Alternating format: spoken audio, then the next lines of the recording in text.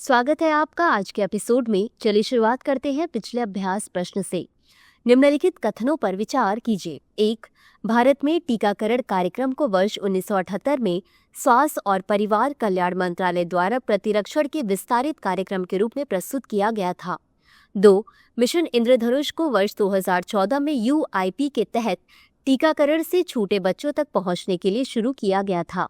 उपर्युक्त कथनों में से कौन सा या कौन सी सही है या सही है? ए केवल 1, बी केवल 2, सी 1 और 2 दोनों, डी न तो 1 और न ही 2। इस प्रश्न का सही उत्तर है विकल्प सी 1 और 2 दोनों। चलिए देखते हैं इसके विश्लेषण को। भारत में टीकाकरण कार्यक्रम को वर्ष 1978 में स्वास्थ्य और परिवार कल्याण मंत्रालय द्वारा प्रतिरक्षण के विस्तारित कार्यक्रम के रूप में प्रस्तुत किया गया था, अतः कथन 1 सही है। वर्ष 1985 में कार्यक्रम को सार्वभौमिक प्रतिरक्षण कार्यक्रम के रूप में संशोधित किया गया था। UIP वैक्सीन रोकथाम योग्य 12 बीमारियों के खिलाफ बच्चों और गर्भवती महिलाओं में मृत्यु दर तथा रुग्णता को रोकती है। मिशन इंद्रधनुष को वर्ष 2014 में UIP के तहत टीकाकरण से छूटे बच्चों तक पहुंचने के लिए शुरू किया गया था, अतः कथन 2 सही है। तो चलिए शुरुआत करते हैं आज के एपिसोड की पहले प्रश्न से। भारत में सड़क सुरक्षा की स्थिति के संबंध में निम्नलिखित कथनों पर विचार कीजिए। 1. विश्व स्तर पर भारत में सड़क दुर्घटनाओं में होने वाली मृत्यु की संख्या सबसे कम है। 2. भारत के सभी राज्यों की तुलना में महाराष्ट्र में सड़क दुर्घटना में मृत्यु की संख्या सबसे अधिक है। 3. भारत सड़क सुरक्षा पर ब्रासीलिया घोषणा पत्र 2015 का हस्ताक्षर करता है। उपर्युक्त कथनों में से कितने सही हैं? ए केवल 1, बी केवल 2, सी सभी 3, डी इनमें से कोई भी नहीं। इस प्रश्न का सही उत्तर है विकल्प ए केवल 1। चलिए देखते हैं इसके विश्लेषण को। भारत में सड़क दुर्घटनाओं में होने वाली मौतों की संख्या विश्व स्तर पर सबसे अधिक है। यहाँ प्रति 10,000 किलोमीटर पर 250 मौतें होती हैं, अतः कथन 1 सही नहीं है। भारत में सड़क दुर्घटना में होने वाली मौतों की संख्या सबसे अधिक उत्तर प्रदेश में है, अतः कथन 2 सही नहीं है। सड़क सुरक्षा पर ब्रासीलिया घोषणा का उद्देश्य सतत विकास लक्ष्य को प्राप्त करना है, जिसका लक्ष्य वर्ष 2030 तक सड़क यातायात दुर्घटनाओं से होने वाले वैश्विक मौतों और चोटों में 50% की कमी लाना है। भारत ने इस पर वर्ष 2015 में हस्ताक्षर किए थे, अतः कथन 3 सही है। अगला प्रश्न है, भारतीय विवाह के संबंध में निम्नलिखित कथनों पर विचार कीजिए। 1. सोरोरेट एक प्रथा है जिसमें मृत व्यक्ति का भाई अपने भाई की विधवा से विवाह कर सकता है। 2. लेवरेट विवाह एक प्रथा है जिसमें एक पुरुष अपनी पत्नी की मृत्यु हो जाने पर उसकी बहन से विवाह कर लेता है। उपर्युक्त कथनों में से कौन सा या कौन से सही है या सही है? ए केवल 1, बी केवल 2, सी 1 और 2 दोनों, डी न तो 1 और न ही 2। इस प्रश्न का सही उत्तर है विकल्प डी न तो 1 और न ही 2। चलिए देखते हैं इसके विश्लेषण को। लेवरेट विवाह एक प्रथा है जिसमें मृतक या शारीरिक रूप से अक्षम व्यक्ति का भाई अपने भाई की विधवा से विवाह कर सकता है, जिससे वंश की निरंतरता सुनिश्चित होती है, अतः कथन 1 सही नहीं है। भारत में संथाल और मुंडा सहित कई जनजातियों द्वारा इसका अभ्यास किया जाता रहा है। वैदिक काल में नियोग प्रथा प्रचलित थी, जिसमें छोटे भाई या संबंधी द्वारा बड़े भाई की विधवा से विवाह किया जाता था, लेकिन बाद में गुप्त काल और उससे पहले के काल में इसे प्रतिबंधित कर दिया गया। सोरोरेट एक प्रथा है जिसमें एक पुरुष अपनी पत्नी की मृत्यु के बाद उसकी बहन से विवाह करता है, अतः कथन 2 सही नहीं है। अगला प्रश्न है, वन रैंक वन पेंशन योजना यानी OROP से संबंधित निम्नलिखित कथनों पर विचार कीजिए। 1. पेंशन का निर्धारण रैंक और सेवा अवधि के आधार पर किया जाता है। 2. इसमें पारिवारिक पेंशन भोगियों, युद्ध विधवाओं और विकलांग पेंशन भोगियों के लिए प्रावधान शामिल हैं। 3. उत्तर प्रदेश और पंजाब में OROP लाभार्थियों की संख्या सबसे अधिक है। उपर्युक्त कथनों में से कितने सही हैं? ए केवल 1, बी केवल 2, सी सभी 3, डी इनमें से कोई भी नहीं। इस प्रश्न का सही उत्तर है विकल्प सी सभी 3। चलिए देखते हैं इसके विश्लेषण को। वन रैंक वन पेंशन योजना यह सुनिश्चित करता है कि एक ही रैंक पर सेवानिवृत्त होने वाले सभी सशस्त्र बलों के कर्मियों को उनकी सेवानिवृत्ति तिथि की परवाह किए बिना समान पेंशन मिले। पेंशन का निर्धारण रैंक और सेवा की अवधि के आधार पर किया जाता है, जिससे सेवानिवृत्त लोगों के बीच निष्पक्षता सुनिश्चित होती है, अतः कथन 1 सही है। इसमें पारिवारिक पेंशन भोगियों, युद्ध विधवाओं और विकलांग पेंशन भोगियों के लिए प्रावधान शामिल है, अतः कथन 2 सही है। उत्तर प्रदेश और पंजाब में OROP लाभार्थियों की संख्या सबसे अधिक है, अतः कथन 3 सही है। अगला प्रश्न है, राष्ट्रीय गोकुल मिशन से संबंधित निम्नलिखित कथनों पर विचार कीजिए। 1. संतान परीक्षण के माध्यम से बैल उत्पादन के माध्यम से आनुवांशिक योग्यता को बढ़ाता है। 2. शहरी क्षेत्रों में बहुउद्देशीय कृत्रिम गर्भाधान तकनीशियनों की स्थापना को बढ़ावा देना। 3. कामधेनु पुरस्कार देशी मवेशियों और पशुपालकों के उत्कृष्ट प्रबंधन को मान्यता देने के लिए दिया जाता है। उपर्युक्त कथनों में से कितने सही हैं? ए केवल 1, बी केवल 2, सी सभी 3, डी इनमें से कोई भी नहीं। इस प्रश्न का सही उत्तर है विकल्प बी केवल 2। चलिए देखते हैं इसके विश्लेषण को। राष्ट्रीय गोकुल मिशन दिसंबर 2014 से स्वदेशी गो जाति नस्लों के विकास और संरक्षण के लिए लागू किया गया है।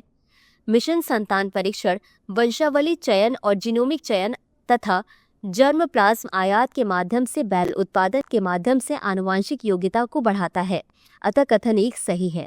देश भर में कृत्रिम गर्भाधान तक पहुंच बढ़ाने के लिए ग्रामीण भारत में बहुउद्देशीय कृत्रिम गर्भाधान तकनीशियनों की स्थापना को बढ़ावा देना। अतः कथन 2 सही नहीं है।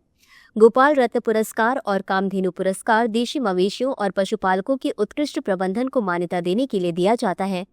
अतः कथन 3 सही है। अगला प्रश्न है, भारतीय नौसेना के संबंध में निम्नलिखित कथनों पर विचार कीजिए। 1. भारतीय नौसेना ने भगवान वरुण के वैदिक आह्वान में शन नो वरुणा को अपने प्रतीक आदर्श वाक्य के रूप में अपनाया, जिसका अर्थ है हे वरुण आप हमारे लिए शुभ रहें। 2. वर्ष 1971 के युद्ध के दौरान नौसेना के अभियानों के सम्मान में 1972 से 21 अक्टूबर को नौसेना दिवस मनाया जाता है। उपर्युक्त कथनों में से कौन सा या कौन से सही है या सही है? ए केवल 1, बी केवल 2, सी 1 और 2 दोनों, डी न तो 1 और न ही 2। इस प्रश्न का सही उत्तर है विकल्प ए केवल 1। चलिए देखते हैं इसके विश्लेषण को। भारतीय नौसेना ने भगवान वरुण के वैदिक आह्वान श नो वरुणा को अपने प्रतीक आदर्श वाक्य के रूप में अपनाया, जिसका अर्थ है हे वरुण आप हमारे लिए शुभ रहें। अतः कथन 1 सही है। 21 अक्टूबर 1944 को पहली बार नौसेना दिवस मनाया गया। वर्ष 1972 से नौसेना दिवस 4 दिसंबर को अरब सागर, बंगाल की खाड़ी और कराची बंदरगाह मिसाइल हमले में वर्ष 1971 के सफल नौसैनिक अभियानों के सम्मान में और युद्ध शहीदों को श्रद्धांजलि देने के लिए मनाया जाता है। अतः कथन 2 सही नहीं है। अगला प्रश्न है, निम्नलिखित पर विचार कीजिए। 1. कृत्रिम बुद्धिमत्ता की बढ़ती मांग से प्रेरित डेटा केंद्रों का प्रसार विश्व की ऊर्जा खपत में महत्वपूर्ण योगदान दे रहा है। 2. GPT-3 और GPT-4 जैसे बड़े AI मॉडलों को प्रशिक्षित करने में पर्याप्त ऊर्जा की खपत होती है और काफी मात्रा में कार्बन डाइऑक्साइड उत्सर्जित होती है। उपर्युक्त कथनों में से कौन सा या कौन सी सही है या सही है? ए केवल 1, बी केवल 2, सी 1 और 2 दोनों, डी न तो 1 और न ही 2। इस प्रश्न का सही उत्तर है विकल्प सी 1 और 2 दोनों। चलिए देखते हैं इसके विश्लेषण को। कृत्रिम बुद्धिमत्ता के कार्बन फुटप्रिंट का आशय AI सिस्टम के निर्माण, प्रशिक्षण और उपयोग के दौरान उत्सर्जित ग्रीनहाउस गैस की मात्रा से है। AI की बढ़ती मांग से प्रेरित डेटा केंद्रों का प्रसार विश्व की ऊर्जा खपत में महत्वपूर्ण योगदान दे रहा है। अतः कथन 1 सही है। GPT-3 और GPT-4 जैसे बड़े AI मॉडल को प्रशिक्षित करने में पर्याप्त ऊर्जा की खपत होती है और व्यापक मात्रा में कार्बन डाइऑक्साइड उत्सर्जित होता है। अतः कथन 2 सही है। अनुसंधान के अनुसार एक एकल AI मॉडल के प्रशिक्षण के दौरान होने वाला कार्बन उत्सर्जन कई कारों के संपूर्ण उपयोग के दौरान होने वाले उत्सर्जन के समान हो सकता है। अगला प्रश्न है, सकल घरेलू उत्पाद के संबंध में निम्नलिखित कथनों पर विचार कीजिए। 1. वास्तविक सकल घरेलू उत्पाद मुद्रास्फीति के लिए समायोजित अर्थव्यवस्था के उत्पादन का एक माप है। 2. ऑफ द बुक श्रम, नगद लेन-देन, ड्रग डीलिंग से होने वाली आय को GDP में शामिल नहीं किया जाता है। उपर्युक्त कथनों में से कौन सा या कौन से सही है या सही है? ए केवल 1, बी केवल 2, सी 1 और 2 दोनों, डी न तो 1 और न ही 2। इस प्रश्न का सही उत्तर है विकल्प सी 1 और 2 दोनों। चलिए देखते हैं इसके विश्लेषण को।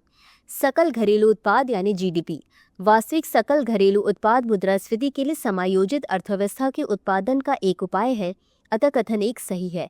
ऑफ द बुक श्रम, कुछ नकद लेन देन, ड्रग डीलिंग से होने वाली आय को GDP में शामिल नहीं किया जाता है। अतः कथन 2 सही है। अगला प्रश्न है, निम्नलिखित कथनों पर विचार कीजिए। 1. रक्षा साइबर एजेंसी भारतीय सशस्त्र बलों की एक त्रिसेवा कमान है जो साइबर सुरक्षा खतरों से निपटती है। 2. गृह मंत्रालय कंप्यूटर आपातकालीन प्रतिक्रिया टीम भारत साइबर घटनाओं पर नजर रखने, उनका अध्ययन करने और जानकारी साझा करने के लिए जिम्मेदार है। उपर्युक्त कथनों में से कौन सा या कौन से सही है या सही है? ए केवल 1, बी केवल 2, सी 1 और 2 दोनों, डी न तो 1 और न ही 2। इस प्रश्न का सही उत्तर है विकल्प ए केवल 1। चलिए देखते हैं इसके विश्लेषण को। रक्षा साइबर एजेंसी भारतीय सशस्त्र बलों की एक त्रिसेवा कमान है जो साइबर सुरक्षा खतरों से निपटने के लिए जिम्मेदार है, अतः कथन 1 सही है। Computer emergency response team India यानी CERT इन इलेक्ट्रॉनिक्स और सूचना प्रौद्योगिकी मंत्रालय के तहत संचालित होता है। यह साइबर घटनाओं पर जानकारी एकत्र करने, उसका विश्लेषण करने तथा उसका प्रसार करने के साथ साथ साइबर सुरक्षा खतरों पर अलर्ट जारी करने के लिए जिम्मेदार है, अतः कथन 2 सही नहीं है। अगला प्रश्न है, निम्नलिखित कथनों पर विचार कीजिए। 1. भारत ने अभी तक दिव्यांग व्यक्तियों के अधिकारों पर संयुक्त राष्ट्र कन्वेंशन का अनुसमर्थन नहीं किया है। 2. दिव्यांगजन अधिकार अधिनियम 2016 RPWD अधिनियम राज्य स्तर पर दिव्यांगजनों के लिए राज्य आयुक्त के कार्यालय के गठन का प्रावधान करता है। उपर्युक्त कथनों में से कौन सा या कौन से सही है या सही है? ए केवल 1, बी केवल 2, सी 1 और 2 दोनों, डी न तो 1 और न ही 2। इस प्रश्न का सही उत्तर है विकल्प बी केवल 2। चलिए देखते हैं इसके विश्लेषण को। भारत ने 1 अक्टूबर 2007 को दिव्यांग व्यक्तियों के अधिकारों पर संयुक्त राष्ट्र कन्वेंशन की पुष्टि की है, अतः कथन 1 सही नहीं है। दिव्यांगजन अधिकार अधिनियम 2016 में दिव्यांगता कानून के प्रभावी कार्यान्वयन को सुनिश्चित करने हेतु समीक्षा, निगरानी और अर्ध न्यायिक कार्यों के संयोजन के साथ राज्य स्तर पर विकलांगों के लिए राज्य आयुक्तों के कार्यालय के गठन का प्रावधान है, अतः कथन 2 सही है। अगला प्रश्न है, निम्नलिखित कथनों पर विचार कीजिए। 1. आयु अनुरूप निम्न कद को स्टंटिंग के रूप में जाना जाता है। 2. यह प्रायः अपर्याप्त कैलोरी ग्रहण के कारण उत्पन्न होता है। उपर्युक्त कथनों में से कौन सा या कौन से सही है या सही है? ए केवल 1, बी केवल 2, सी 1 और 2 दोनों, डी न तो 1 और न ही 2। इस प्रश्न का सही उत्तर है विकल्प सी 1 और 2 दोनों। चलिए देखते हैं इसके विश्लेषण को। आयु अनुरूप निम्न कद को स्टंटिंग के रूप में जाना जाता है, अतः कथन 1 सही है। यह प्रायः अपर्याप्त कैलोरी ग्रहण के कारण उत्पन्न होता है, अतः कथन 2 सही है। कद अनुरूप निम्न वजन को वेस्टिंग के रूप में जाना जाता है। यह तब होता है जब किसी व्यक्ति के पास खाने के लिए पर्याप्त भोजन नहीं होता है और या उन्हें कोई संक्रामक बीमारी हो जाती है। तो चलिए अंत में देखते हैं आज के अभ्यास प्रश्न को। रुपए के अंतर्राष्ट्रीयकरण से निम्नलिखित में से कौन से संबंधित लाभ हैं? 1. इससे अंतर्राष्ट्रीय व्यापार में रुपए की मांग बढ़ेगी। 2. इससे भारत के साथ व्यापार करने वाले व्यवसायों और व्यक्तियों के लिए सुविधा बढ़ सकती है। 3. यह अन्य देशों के साथ आर्थिक संबंधों को मजबूत कर सकता है। 4. इससे भारत संयुक्त राज्य अमेरिका और चीन को पीछे छोड़कर विश्व महाशक्ति बन जाएगा। नीचे दिए गए कोड का प्रयोग करके सही उत्तर चुनिए। ए केवल 1, 2 और 3, बी केवल 2 और 3, सी केवल 4, डी 1, 2, 3 और 4। इस प्रश्न का उत्तर कमेंट बॉक्स में जरूर दें। आज के लिए बस इतना ही। धन्यवाद। डियर व्यूअर्स, अपने एग्जाम की तैयारी को और बेहतर करने के लिए हमारे चैनल को लाइक, शेयर और सब्सक्राइब करना न भूलें।